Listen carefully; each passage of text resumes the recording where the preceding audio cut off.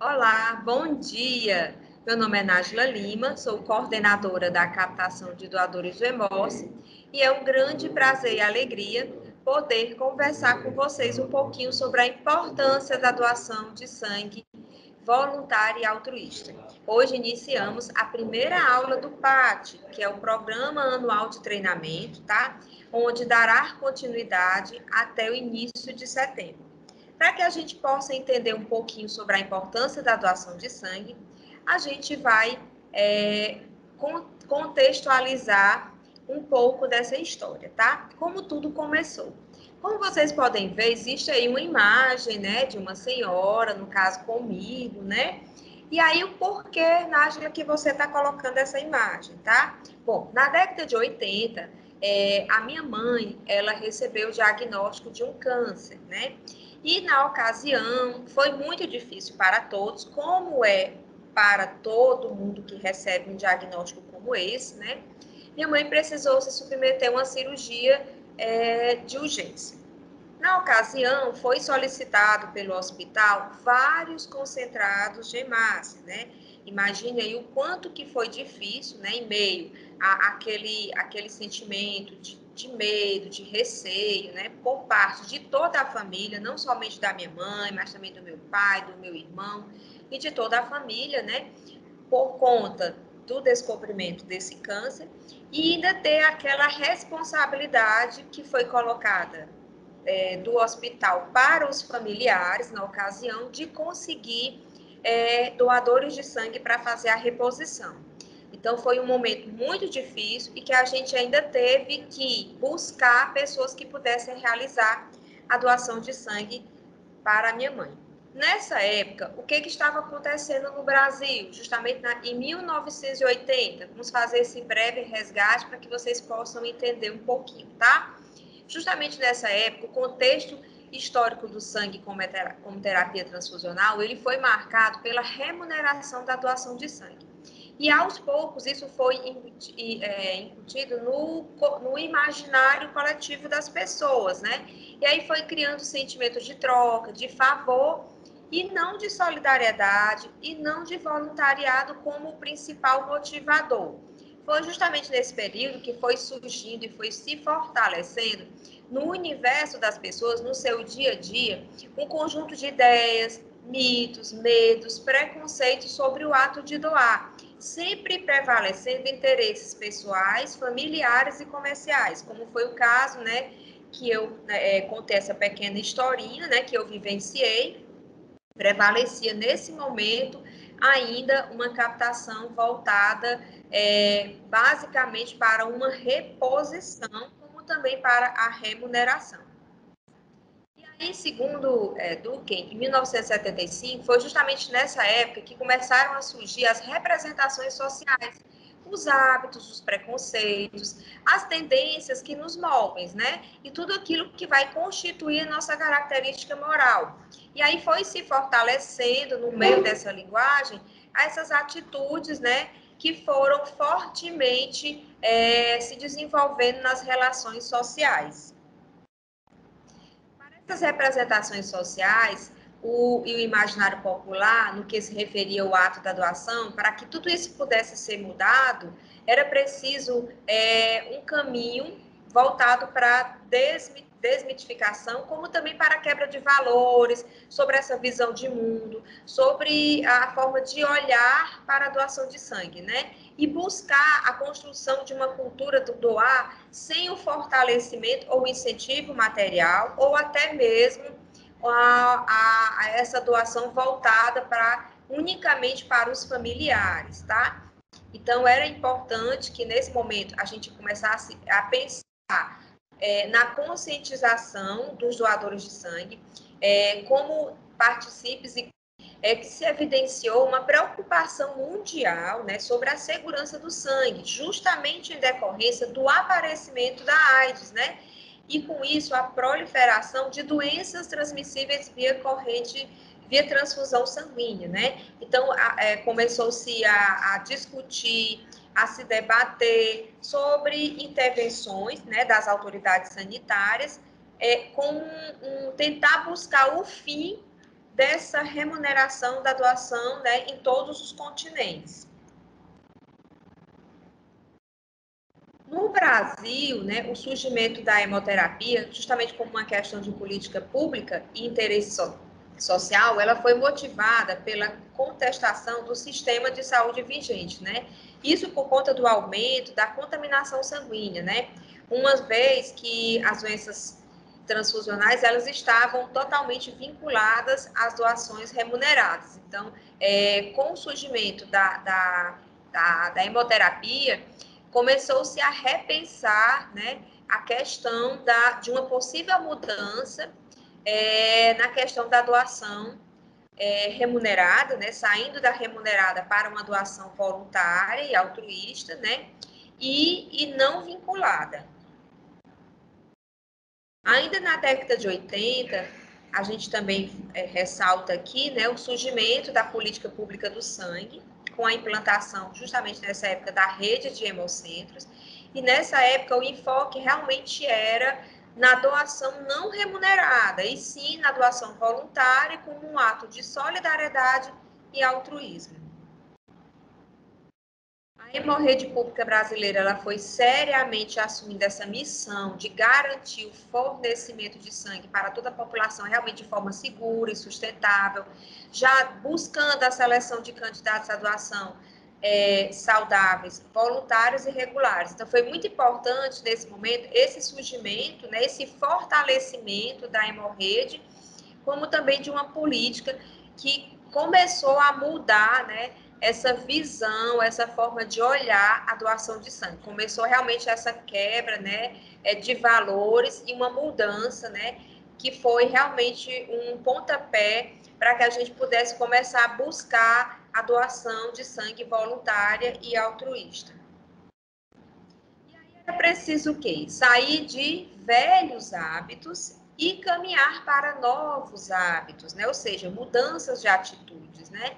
E essas mudanças de atitudes e comportamentos, elas poderiam tornar o doador mais consciente, mais responsável do seu papel, sabendo realmente a importância do ato de doar sangue, né? Do ato, todo o processo de salvar a vida, pensando na doação de sangue como um gesto realmente de responsabilidade social, de cidadania e de solidariedade, né?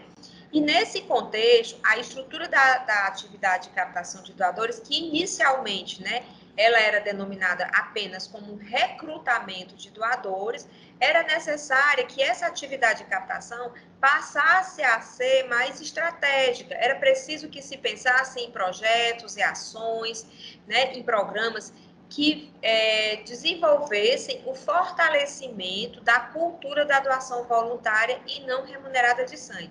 Não foi um processo simples, né? Toda mudança, ela mexe com a sociedade, ela mexe com o cotidiano das pessoas, mas era necessário que essa atividade, que a captação de doadores, saísse do recrutamento de doadores para uma captação com um processo mais voltado para a educação. E aí, essa tarefa de captar doadores de sangue é algo fácil, simples e estático? O que vocês acham? E aí a gente fica pensando, quando a gente para pensar, será que isso é algo tão fácil de ser transformado, simples de mudar? Será que essa cultura, na época, na década de 80, seria algo tão simples de ser transformado?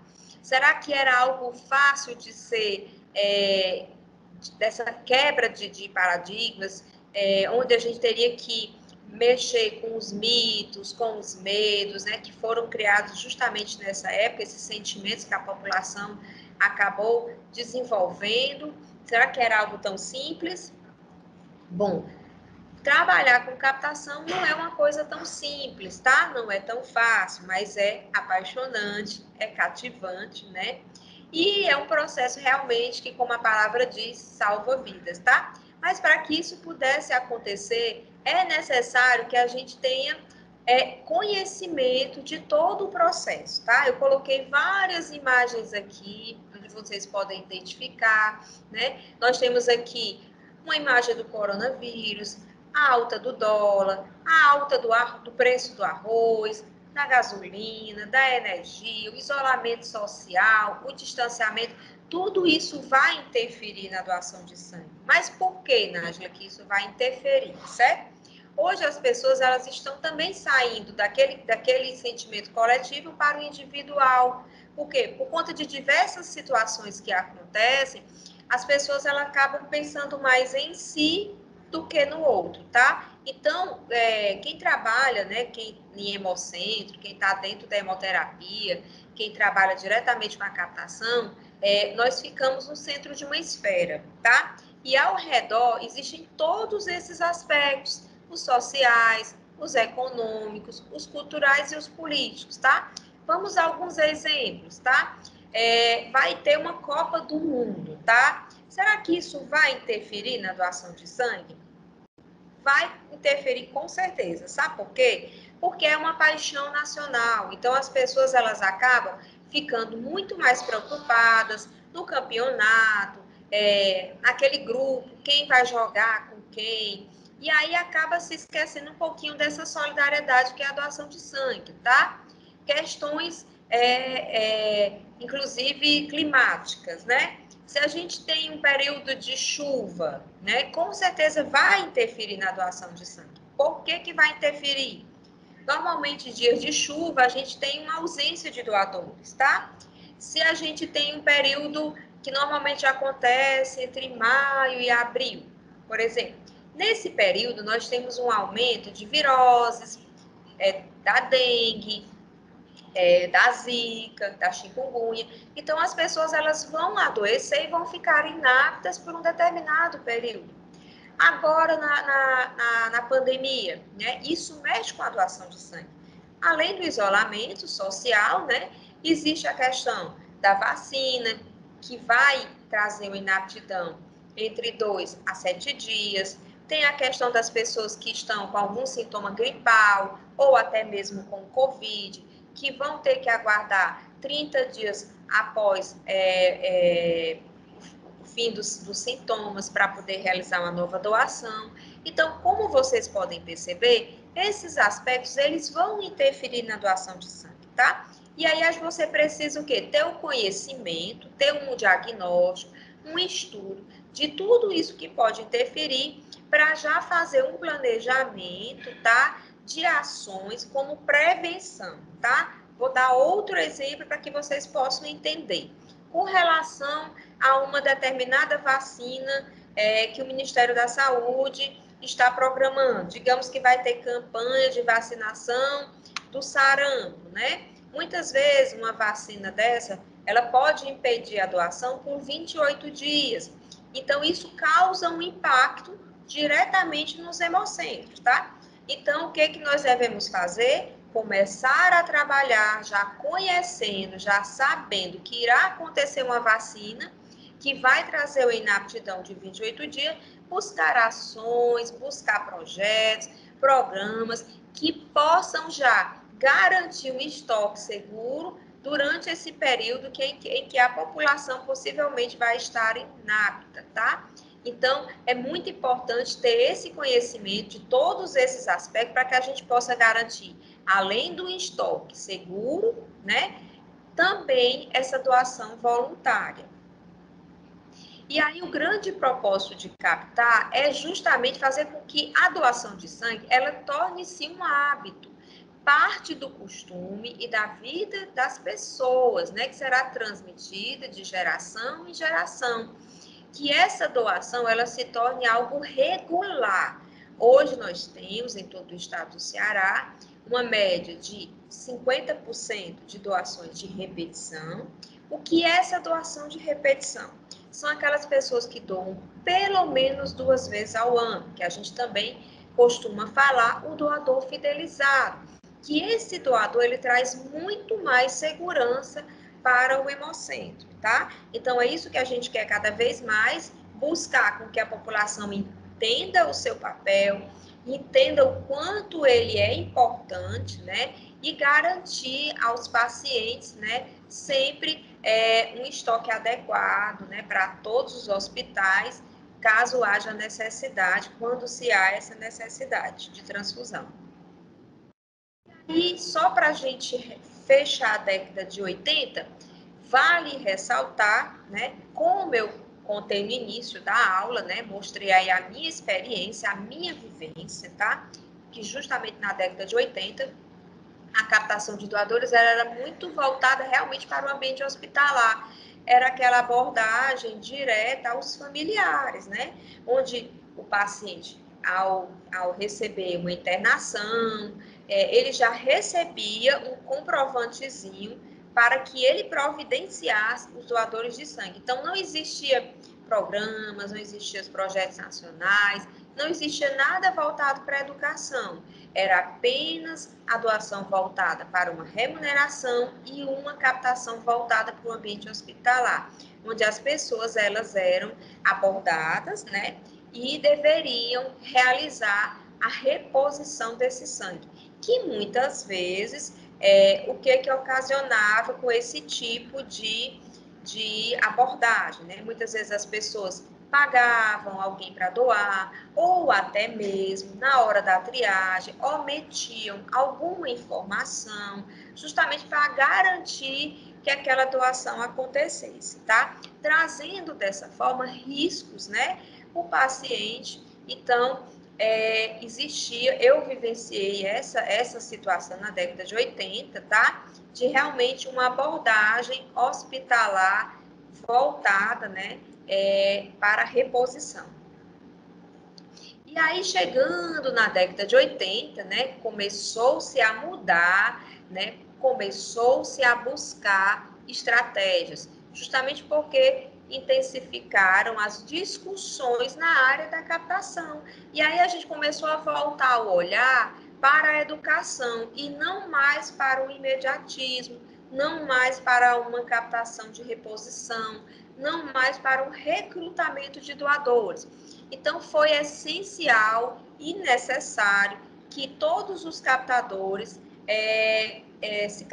houvesse uma capacitação técnica, né? Um conhecimento de todo o contexto da hemoterapia. É necessário quem trabalha com captação conhecer desde a recepção até o processo final, né, que é a transfusão. É muito importante conhecer os aspectos técnicos, os aspectos legais de todo o processo da doação de sangue.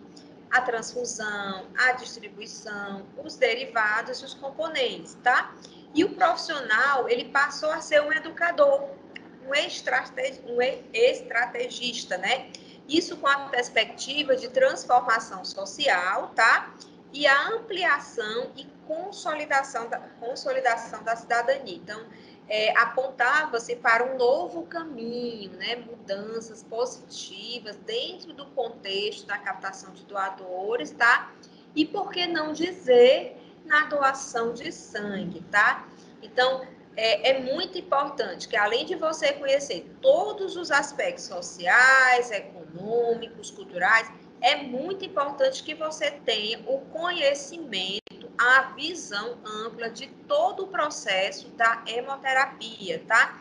Para que você possa realmente desenvolver programas, projetos que sejam voltados para mudanças de atitudes, né? E fazer com que essa atuação se torne regular. E o trabalho educativo da captação de doadores, ele é fundamental, né? Mas a gente lembra que os frutos serão colhidos a médio e longo prazo. A gente não consegue, diante de determinado programa ou projeto, que haja um retorno imediato, né? A educação em saúde, como processo de pensar o real e criar estratégias de transformação, é uma das possibilidades de mudar a cultura da doação de sangue. Então, é muito importante que a gente busque estratégias que a gente vai ver na próxima aula, as estratégias, os programas que a gente pode estar desenvolvendo como um processo educativo para a transformação da cultura da doação de sangue. E a doação de sangue é justamente isso, né? Quando você faz essa parte de conquista, de sensibilização, captar, fidelizar os doadores, com uma transformação de sentimentos, de uma visão de mundo, de valores e pensando sempre em transformar o que as pessoas pensam, né? Levando a uma doação realmente segura, tá? Segundo Paulo Freire, né? Ele fala que a educação, ela não transforma o mundo. A educação muda as pessoas e as pessoas mudam o mundo, levando-se a perceber a relevância desse gesto humanitário, que por meio da solidariedade garante a própria sobrevivência. Então é muito importante a gente realizar esse processo educativo dentro das nossas ações, porque somente dessa forma a gente vai conseguir aumentar as doações no país, tá? Segundo a Organização Mundial da Saúde, ela preconiza que o ideal na população apta é que nós tivéssemos 3% da população realizando a doação de sangue. Hoje no Brasil nós temos menos de 2% e a gente sabe que através dessas ações a médio e longo prazo, a gente vai conseguir mudar essa realidade cada vez mais, transformando esses sentimentos, né? E transformando doadores responsáveis e coparticipantes, né, desse processo de salvar vidas. E aí captar essa arte, gente, linda, de cativar o verdadeiro artista, que é o doador de sangue, né? Que ele compartilha com o paciente uma das coisas mais preciosas que é o sangue, né? Como fonte de vida, com o olhar na transformação, né? A gente precisa ter esse olhar todos os dias na transformação desse doador vinculado a paciente, ao doador voluntário altruísta. Lembrando que a gente não precisa conhecer, né, o paciente para poder doar sangue. Normalmente, as pessoas ainda têm esse sentimento de achar que só vão doar sangue quando se tem alguém conhecido, quando alguém pede, né? Hoje nós temos mais de 90%, né, de doações voluntárias, então isso é reflexo de um trabalho realmente desde a década de 90, com essas mudanças, com essas transformações, com essa forma de olhar o mundo, com a mudança na cultura das pessoas, né? Para quê? Fazer com que as pessoas não realizem a doação apenas quando alguém pede ou quando se conhece um paciente.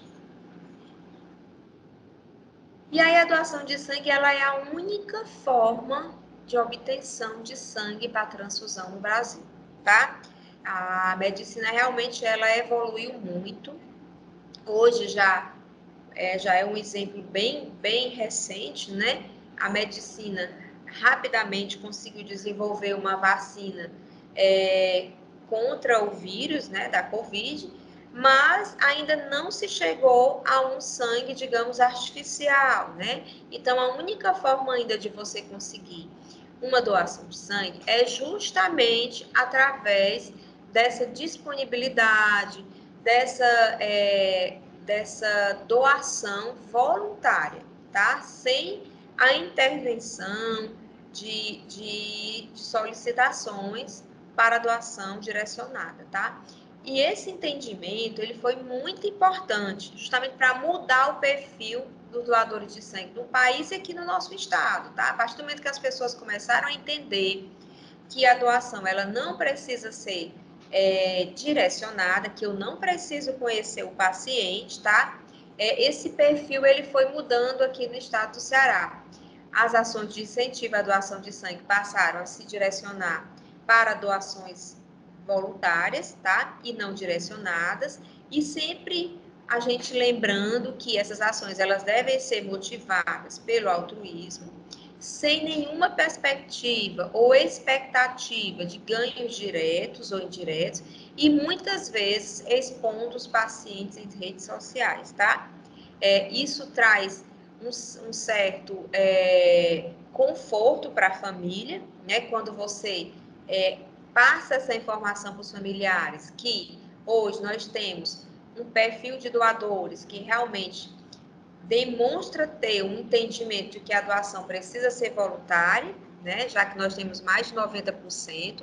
Isso traz segurança e tranquilidade para todos aqueles que precisam de doação de sangue. E aí, para que vocês também entendam um pouquinho, mostro aqui um pouquinho do nosso trabalho, tá? Da Hemorrede do estado do Ceará, tá? Além de Fortaleza, nós temos os hemocentros regionais, que estão localizados na cidade de Quixadá, Iguatu, Crato, Sobral e o hemonúcleo do Juazeiro do Norte. Dessa forma, nós fechamos toda a rede de atendimento no estado do Ceará. E nos últimos 5 anos, o Ceará atingiu a marca de mais de 100 mil doações voluntárias e transfusões na hemorrede pública estadual.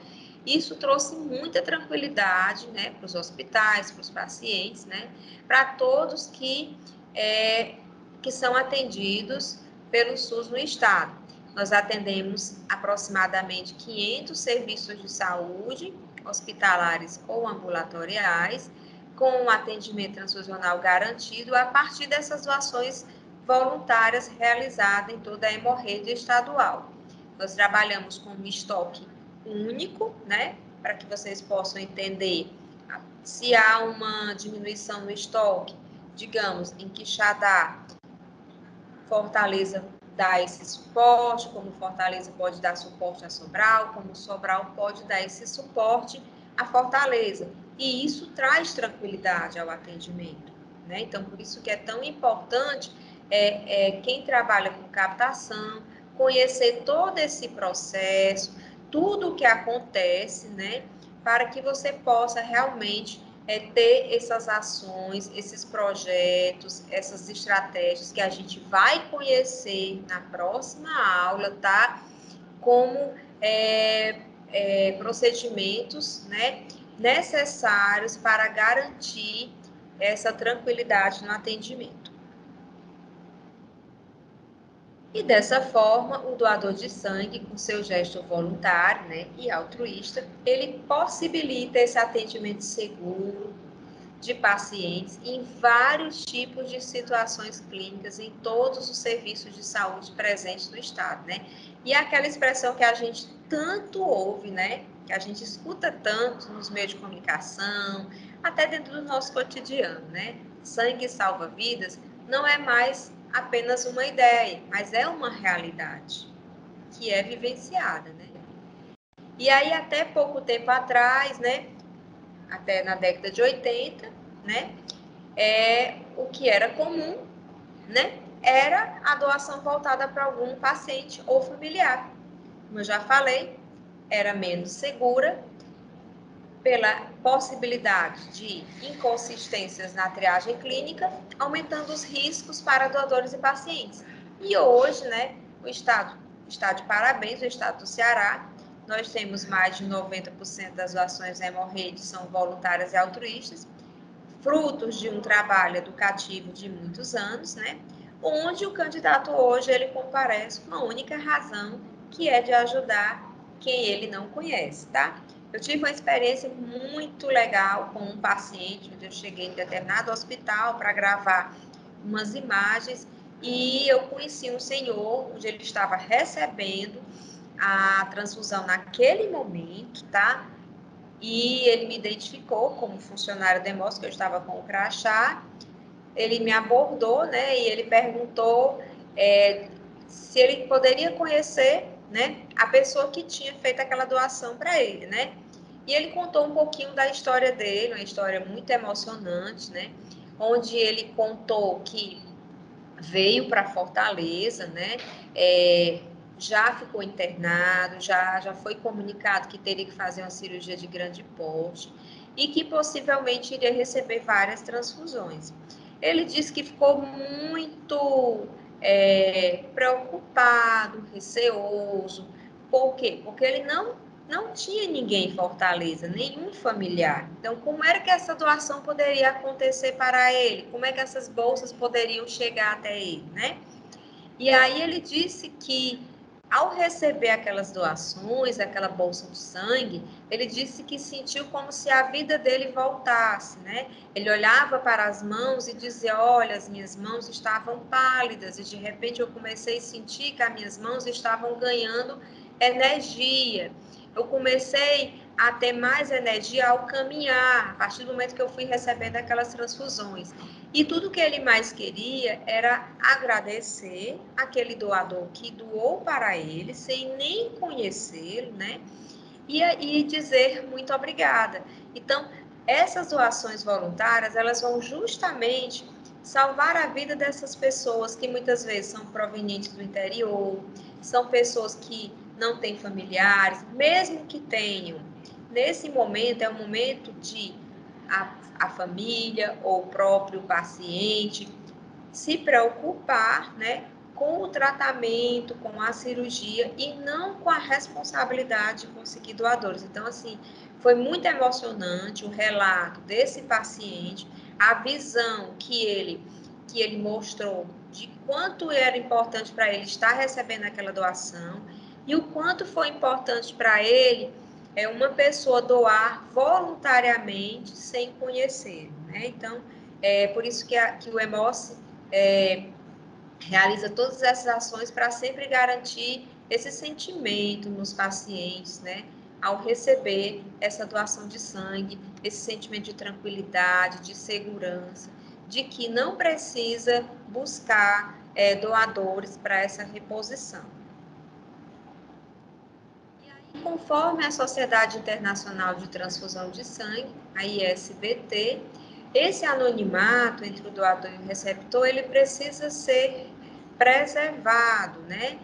E foi isso que eu expliquei na ocasião, né, para esse paciente, porque ele tinha o desejo de conhecer o doador, até mesmo para dar um abraço, para agradecer, para dizer muito obrigado, mas existe esse anonimato, né, justamente para garantir, né, a confidencialidade das informações, porque elas devem ser asseguradas, exceto em situações excepcionais.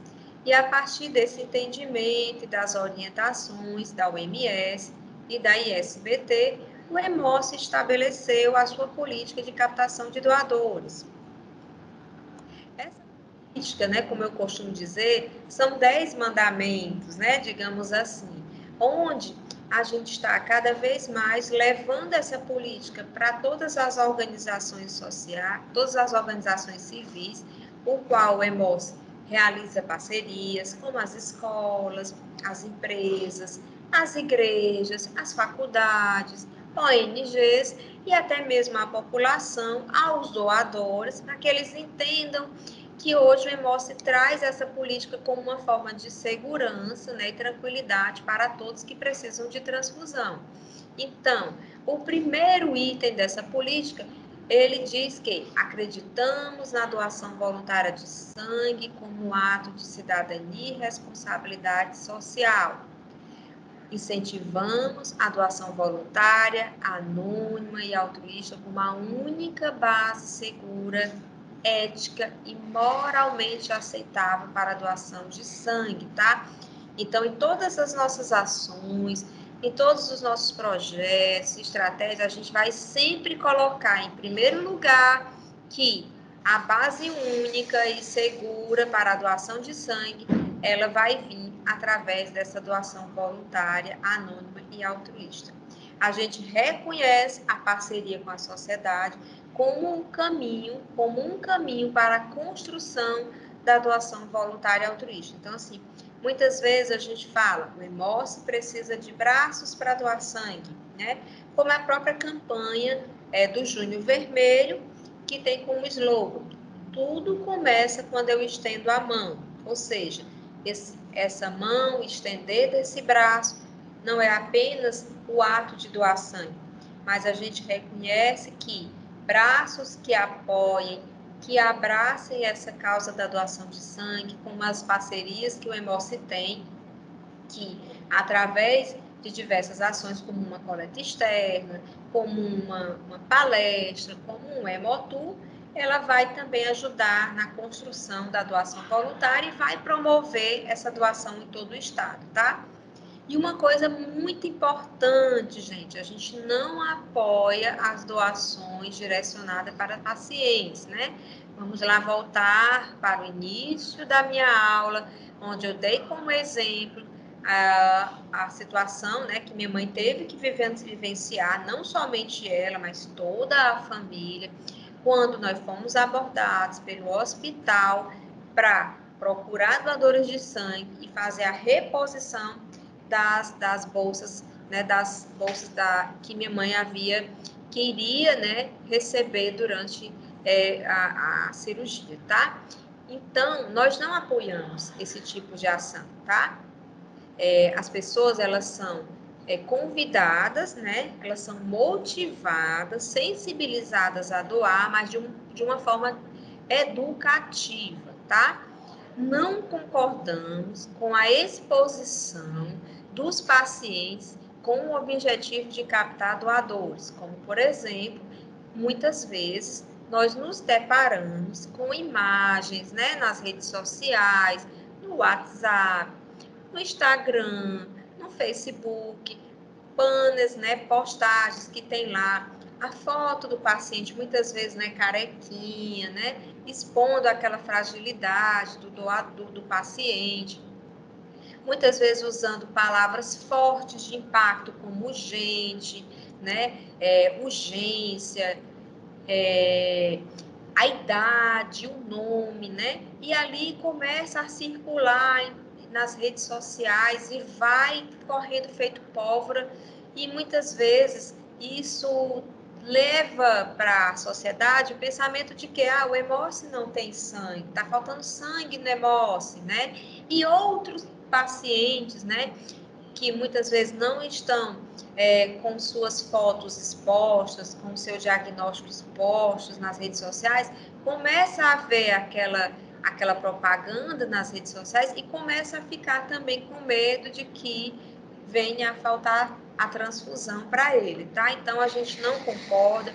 Todas as vezes que nos deparamos com esse tipo de situação, a primeira coisa a fazer é buscar a família, é conversar com a família, é explicar essa política, é fazer com que ela entenda que esse tipo de ação, esse tipo de abordagem é um caminho que não constrói a doação voluntária, tá? E muitas vezes a família, ela realiza esse tipo de atitude como uma forma realmente de ajudar, né, de reforçar o nosso estoque, né? Nós entendemos, né, essa postura, mas cabe ao Hemocentro, cabe a nós conversar com os familiares e explicar que essa missão, essa responsabilidade é do Hemocentro, tá? E não da família em buscar doadores para reposição, tá certo? E não vinculamos e não aceitamos a vinculação de qualquer atendimento à apresentação de doadores por parte de família ou amigos dos pacientes, tá? Hoje, em qualquer uma de nossas unidades, hoje nós já faz aproximadamente mais de 5 anos, né? Em nenhuma unidade do Hemose, o doador, ao chegar, é solicitado o nome do paciente, tá? Muitas vezes, em algum momento, isso pode vir a acontecer, né? Da pessoa chegar e dizer, olha, eu vim doar para o José Maria da Silva, que está no Hospital X, tá? Isso pode vir a acontecer.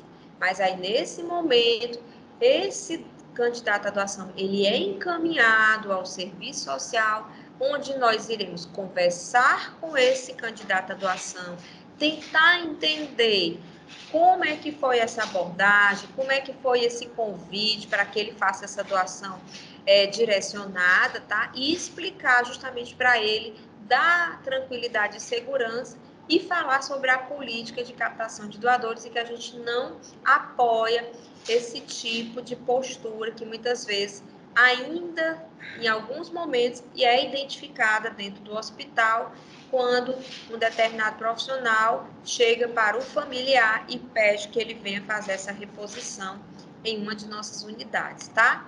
E não aceitamos a transferência de responsabilidade do serviço de captação de doadores para a família e os amigos. Justamente, gente, volto a dar o meu exemplo para que vocês entendam, tá? Na época, na década de 80, né, na ocasião que minha mãe descobriu um câncer, a transferência da responsabilidade do hospital passou para a família. E vejam, quando um paciente adoece, adoece toda a família. Ele não adoece só. Então, é um sofrimento para todos. Então, essa responsabilidade, ela nunca deve ser repassada, tá? Para os familiares e nem para o paciente. Então, nós não aceitamos, em hipótese alguma, por isso que todo candidato à doação que chegar a uma de nossas unidades, que vem com aquele objetivo de fazer uma doação de reposição, nós conversamos com esse candidato para que ele entenda, né, que não há necessidade dessa doação ser direcionada e principalmente que aquela doação que ele irá realizar não será direcionada para aquele paciente, o qual motivou a doação dele. E sim, essa doação, ela vai para qualquer outro paciente, porque a doação de sangue, ela é voluntária, né, altruísta e não remunerada. E aí a gente repudiamos a sobrecarga da família em momento de dor com a obrigatoriedade da busca de doadores. Gente, é inaceitável, né? Momento de dor, muitas vezes um paciente que recebe a notícia de que ele está com câncer, muitas vezes essa notícia ela vem junto com um atestado de óbito, né? Eu vivenciei essa situação, muitas famílias vivenciam, né? E nesse momento de dor, de medo, de angústia, você trazer essa carga de conseguir doadores de sangue. Então, nós não apoiamos de forma alguma que haja essa sobrecarga para a família e essa obrigatoriedade de ter doadores de reposição. A gente desencoraja a doação de reposição, né? E rejeitamos a doação de sangue em troca de qualquer benefício. Essa política hoje ela está acessível no site do Hemoce, tá? E nós estamos sempre em todos os nossos programas, ações e projetos, tá? O conhecimento cada vez mais para a população, para a sociedade, tá? Para que todo mundo tenha essa tranquilidade de saber de quando precisar de uma transfusão, o sangue vai estar disponível, tá? Então, é importante que vocês divulguem essa política para todos, principalmente os pacientes que podem vir um dia precisar de transfusão, tá? Para que eles tenham a tranquilidade de receber uma transfusão segura, tá? Na próxima aula, que a gente vai conhecer um pouquinho sobre as estratégias, a gente vai mostrar também ações que o Hemoce desenvolve para também garantir o estoque seguro, tá? Hoje, como eu falei, são mais de 90% de doações voluntárias e são através dessas ações que a gente consegue manter sempre o nosso estoque seguro e dentro da margem de segurança transfusional. Eu espero por vocês na próxima aula, onde a gente vai falar sobre as estratégias para a doação de sangue e conscientização, promovendo assim a doação de sangue em todo o estado. Eu espero por vocês na próxima aula e a gente se vê. Um abraço a todos. Tchau, tchau.